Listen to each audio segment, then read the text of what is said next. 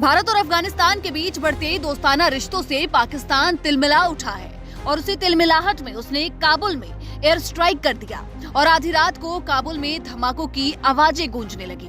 दरअसल अफगानिस्तान के विदेश मंत्री आमिर खान मुत्ताकी इस समय भारत दौरे पर हैं, तो ऐसे में अब भारत और अफगानिस्तान के बीच रिश्ते मजबूत करने की कोशिशें लगातार ही जारी है, क्योंकि इस दौरे का मकसद दोनों देशों के बीच सहयोग और संबंधों को और भी मजबूत बनाना है।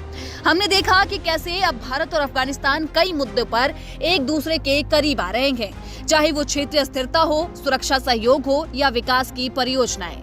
लेकिन लगता है कि ये बढ़ती नजदीकियां पाकिस्तान को रास नहीं आ रही और इसीलिए वो तिलमिला उठा है। नई दिल्ली और काबुल की बढ़ती कूटनीतिक नजदीकियों से परेशान पाकिस्तान अब अपनी नाराजगी हवाई हमलों के जरिए दिखा रहा है। आपने ठीक सुना, हवाई हमले। दरअसल बुधवार की रात को हवा में जब अफगानिस्तान में धमाकों की गूंज सुनाई देने लगी तो लोग डर गए, लोगों में अफरा तफरी मच गई।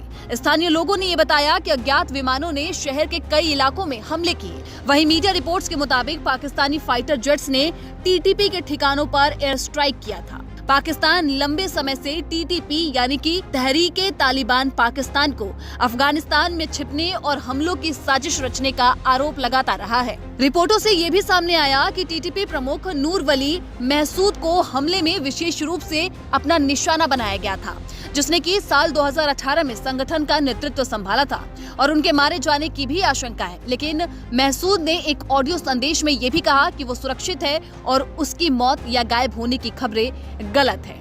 दरअसल महसूद ने 9/11 हमलों के बाद पाकिस्तान अमेरिका के बीच बढ़ती हुई नजदीकियों को विश्वासघात माना था।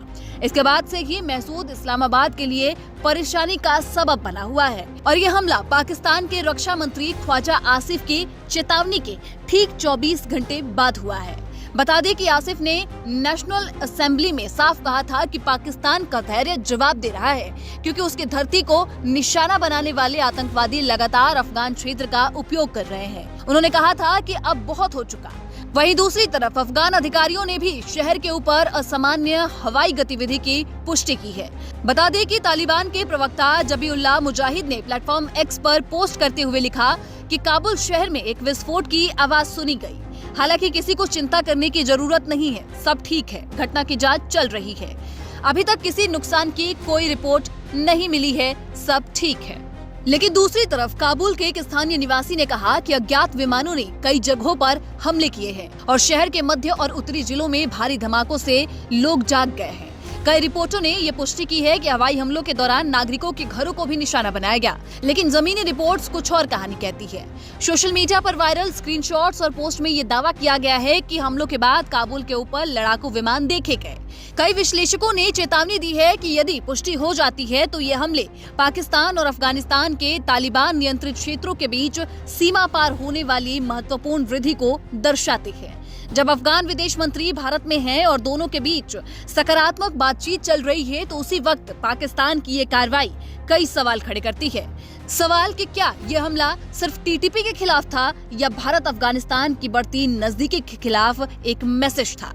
विशेषज्ञों का ये मानना है कि पाकिस्तान नहीं चाहता कि भारत का अफगानिस्तान में प्रभाव बढ़े, क्योंकि ये उसकी रणनीतिक स्थिति को चुनौती देता है। अब देखने वाली बात ये होगी कि क्या ये तनाव आगे किसी बड़े टकराव में बदलेगा या कूटनीति इस आग को ठंडा कर पाएगी।